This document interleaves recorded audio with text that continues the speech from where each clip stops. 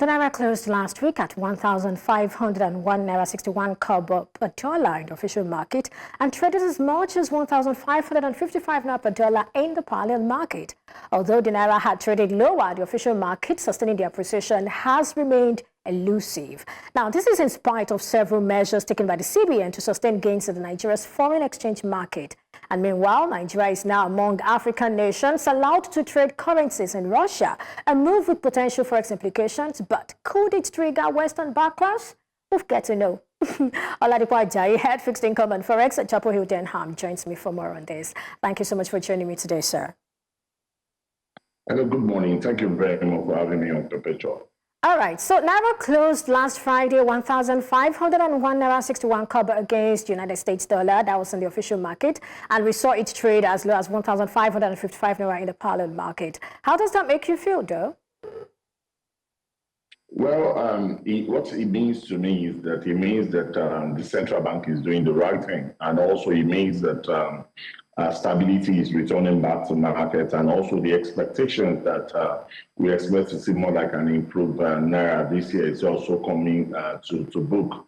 And one of the things that I actually feel that leads to this is that when you look at what has been happening at the parallel market, we'll be seeing a situation whereby the differential between where the currency is trading on the official window and the parallel market has more like spread about 130, 150 Naira before now. But sometimes 2 weeks ago, the central bank came out to actually mention that they're actually extending the $25,000 weekly allocation to BDC. And what that will mean to the market, it means that there will be more continual supply of FX to the market. And also the central bank also mentioned last week that BCC should start stamping the passport or people that are actually buying PTA through them. And these are some of the things that we feel that, because our concern has always been that how are we going to cater for the invisible users of FX? That's people that are traveling, people are going on medical tourism, or people that are actually paying school fees. But it seems that the central bank is also having them on their mind. And with the extension, that also cater for what we actually saw at the parallel market. But when you look at what happened at the official window, just about 10 days ago, the central bank was in market where he actually offered 300 billion on to maturity. And that's 347-day bill and 361-day bill. And the total subscription for that auction was very close to about 3 trillion. So what that means to us is that it means that a lot of foreign investors were actually actively participating in that window. And so it means that most of them actually inflow FX into our economy, that particular source to be able to actually partake in that auction. And don't forget that OMO is only meant for banks and APIs. And so when you look at the volume that we saw at the auction, so it means that the level of FX that will actually hit the market. And it got to an extent where information to us meant was that CBN at the point in time also moved to be a buyer in the EFEM market, just to ensure that the core stability in the market. So for me, all in all, it feels that the policies over time that CBN has actually been enacted, it means that we are now beginning to see the impact and the positive impact of the market. Well, let me take you back to the official market, actually. Now, Naira touched 1,004 plus. That was sometime in January. But then we can see that it came back to the 1,500 level just in the first week of February. Yet to date, that doesn't seem like much progress has been made, if you ask me. You know, I mentioned to you that there was an information that central bank also was in the market buying sometimes 2 weeks ago. So what it means is that, you know, sometimes when you feel that currency is being too aggressively, and the central bank feels that maybe it needs to actually improve, the growth needs to be organic. So they don't want something that will be just volatile. So what the central bank is trying to do is to actually manage the FX stability. And like we know, the responsibility of the central bank is not only meant to actually only sell to the market. The central bank can also buy from the market. And that is why it's called the managed floating system. So it simply means that when the central bank feels that the Naira is appreciating too fast, they will come to the market to actually come and buy dollars and sell Naira to Let me come in here. When they feel that the currency... Let me come in here. When you say the currency is appreciating too fast, at what point do we say this is too fast? And does it mean that it's not good for the market when that happens? When it's actually appreciating and not declining? Depreciating, rather. What I mean by appreciating too fast is that, when maybe at that particular point in time, the supply is not organic, in tandem with the way the market is reacting to it. For example, now, let's just assume based on what happened last week, and suddenly we start seeing that appreciating to like 1,200 Naira now. The central bank, to their mind, could actually come to the market to regulate it, and knowing fully well that at that particular point in time, the currency is actually very volatile. And when you actually do, and don't also forget that we are just coming from a level where people barely have confidence in Naira. And when you start seeing that level of opportunity, some people will come back to market and feel that it's an opportunity for them to actually switch back to buying dollars, and that now could also start putting pressure on the FX, on Naira rather. So another thing also that you to our mind is also, and I'm sure I've said this thing on one of your shows, when you actually put me on my toe that you want me to make a call, where do I think Naira will be this year? And I told you that I feel that Naira could trade as low as 1,300. But the fact that it was benchmarked at 1,500 is my concern. So it simply means that for me, if your budget is already reading 1,500, so how would Naira actually appreciate below that level, aggressively below that level? Because it simply means if you're going below that level, you want to do anything possible to ensure that you stabilize it around 1,500. Because if you don't, it will mean a shortfall in your revenue for the year. That's also my view. All right, so we closed 2024 with EFEMs. I'm sure you sort of alluded to some of those things, which many analysts, including yourself, said was a game changer. And this year, we have also seen some other activities, forex codes, recent activities with the BDC. You talked about the invisible transactions and some of the circulars that came out to sort of streamline what's happening around there. Now, how effective do you think these have been in ensuring not just stability, but, appreciation? Because I feel that's what we really need. I hear you are telling us that based on the fact that the CBN has not the CBN now, the federal government has pegged its budget at 1,500. It's going to do all it can, whatever it can, to ensure that it stays there and doesn't appreciate, above that. I mean, where does that put us? Well, for me, I'm not, that summation is not casting stone. Okay. What I just tried to say is that if we actually trade aggressively, actively above that level, it simply means that we'll have revenue shortfall. So it also means that the government needs to actually find a way to actually cater for that shortfall. But when you look at everything that's been done, perpetually at the time we were very close to 1,800 at the parallel market.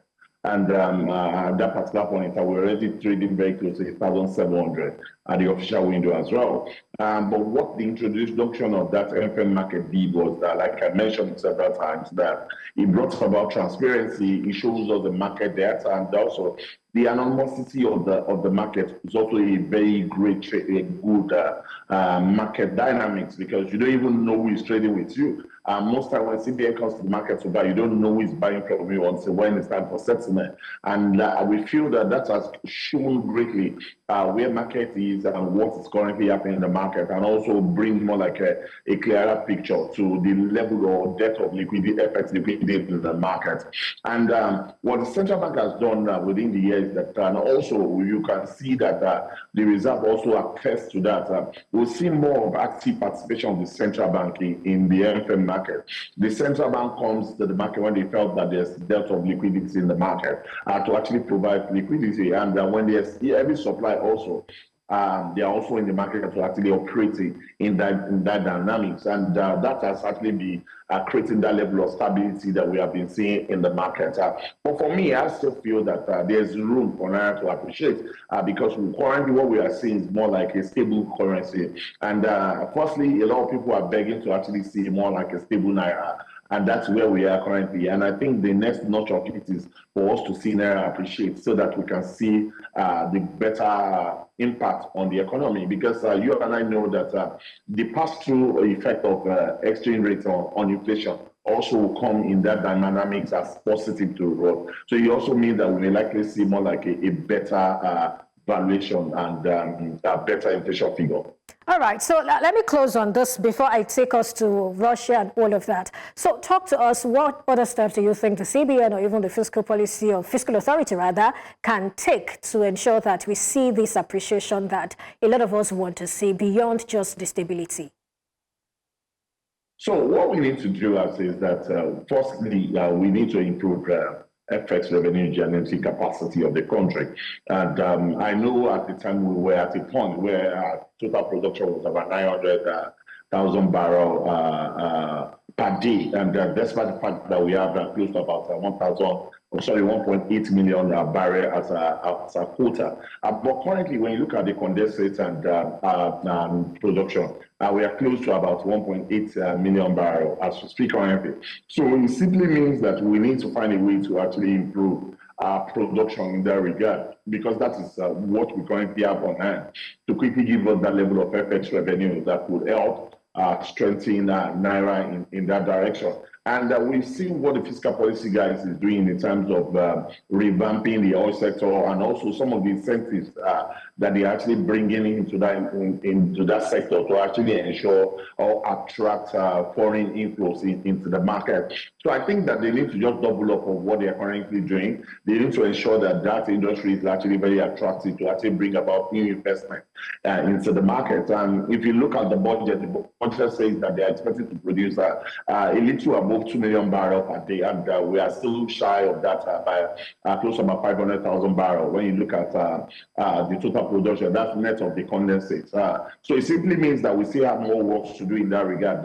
I'm sure if we can boldly produce 2 million barrels per day, we'll see the impact on our reserve. And at the same time, what that would mean is that the central bank have more firepower to actually meet the demands of the people. And also on the other side of it, from the monetary policy guys, is that to continue to ensure that they actually attract foreign investors to the market. And we've seen inflation whereby the central bank has used almost majorly to actually bring in foreign portfolio investors into the market, and we feel that these, like we know that's more like alt money. What that would do to you is that give you that cushion for a short period of time, and but what the money fiscal policy guy will be doing on their part to actually improve FS generating capacity of the country will help to actually augment this effect and actually bring about a better valuation for Naira. And also another thing I also feel that we also need to do or ramp up quickly is the issue of BDC.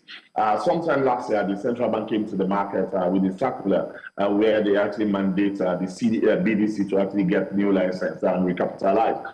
So it means that if you want to operate on every state of the country, you need 2 billion worth of license. But if you want to operate within a particular state and have 3 branches in that state, you need about 500 million. So what I feel that the central bank needs to actually work very fast on this to actually conclude this, because what this would do is that it will give BDC power to actually be able to actually operate credibly in that market. We've seen a situation where the central bank is actually matching the BDC guys with IMTOs to actually work together to actually bring in inflows into the country. And but when these BDC are not as strong as most of these IMTO would have expected them, we may not see great traction in that regard. So I think that the central bank needs to actually work quickly in that regard to actually do something. And finally is the supply to the market. We can't continue to actually amass reserve without actually supplying to the market. So the CBN needs to actually continue in this current strike. And when there's dearth of FX liquidity in the market, they need to right up to that challenge to actually provide the liquidity to the market. This is not more like, we are not running a free floating FX system. We are running a managed floating FX system where the central bank need to actually step into the picture whenever the needs arise. So when there's dearth of FX liquidity, the central bank needs to step in before that to actually create panic that can actually wipe up whatever gain we have seen. All right, your last point sounds like a call to action to the Central Bank of Nigeria. Hey, look here, this is not a free float, it's a managed float, so begin to do something or continue to do what you're doing right now. Anyway, away from that, Russia has expanded the list of African friends whose banks may now trade currencies in Russia, and Nigeria happens to be one of them. Now, these countries' credit institutions and brokers will be allowed to trade on the Russian foreign exchange market and the derivatives market. So talk to us, what does this mean and what are the implications? Well, economically, this positive, and why I said it's positive is being that Nigeria has been acknowledged and the Naira has been acknowledged as another currency that can actually trade directly with the Russian rubles. And but the other side of it is the political side, and which we all know what's currently happening globally now. And but what's currently happening in this regard is this. Sincerely speaking, let's be factual. A lot of these developed nations are actually just to actually partake in what's happening in Africa. We're seeing China having huge footprints in Africa. We're seeing the French also in Africa. We're seeing even the Americans actually try to rekindle their relationship with the African government that during the last dispensation of the last president. And also we have seen other countries, also the Great Britain's and everyone trying to come. Even Russia, so we've seen what happened. How Russia partnered with Niger and the two other countries around security, and how Russia is currently partnering with South Africa on security as well. So when you sum all these things together, everyone is trying to actually get Africa to the table, and I feel that this is another way that Russia is trying to actually get Nigeria on the table. Russia knows very well that Nigeria is a stronger, Nigeria stronger than the United States. So they also want to also bring Nigeria onto the same table so as to be able to find a route into our economy. For me, I don't think it's a bad deal, because it also means that we can actually trade in other currency as like dollar. We've seen that happen when the Chinese government also tried to actually create a direct route where you don't need to convert to dollar before you can actually move to Chinese yuan to actually conduct business. And that's the same dynamics that the Russian government is also currently doing just to actually get a direct entry into Africa. And but my own wake-up call is that to Africa, I feel that we need to speed up what is happening on NAFTA. Because if every other country is actually seeing what we are not seeing in Africa, it means that we are sitting on gold mine, but yet we don't even know. So I feel that we need to work on that trade agreement in Africa, where Africa trade aggressively among themselves, as much as we need to actually understand that we are currently in a global economy. But don't also forget that it's better to actually take advantage of what is happening in your neighborhood because of many other factors, localization of industry, nearness to market, and every other cost that actually make your business more viable. So it's a good development, but like I mentioned on political front, with what is happening in the United States, I think we also need to be very careful. Right. When you say we need to be very careful, that actually is supposed to be my next question to you. I mean, is this going to irk the United States? And of course, we're talking about Trump here, who had initially talked about imposing tariffs, especially if BRICS go on ahead to try to de-dollarize. In 30 seconds, if I can get your answer there. Well, the tariff that the president of the United States has been mentioning, to be realistic, I'm sure the president has not thought it very well. I'm sure the president will have a second look and actually see clearly that the tariff is not totally will not hurt the partnering country more than it will hurt the U.S. citizen.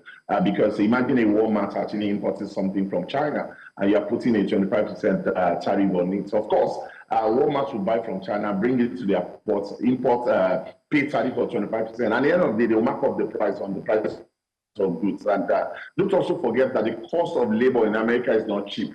And that's one of the reasons why you see a lot of companies going to neighboring countries like China, Indonesia, and countries like that to actually produce, because they can actually produce at a cheaper rate. So for me, I think that the president is just currently, there's a lot of noise around him. I'm sure a time will come when he will have to sit down and settle down and know that the decision is not the right one to take at such a time like this, because it is not, it will not be in the interest of the American citizen. All right, thank you so much, Oladipo Ajayi, Head Fixed Income and Forex at Chapel Hill Denham, for sharing your thoughts with us. It's always a pleasure speaking with you.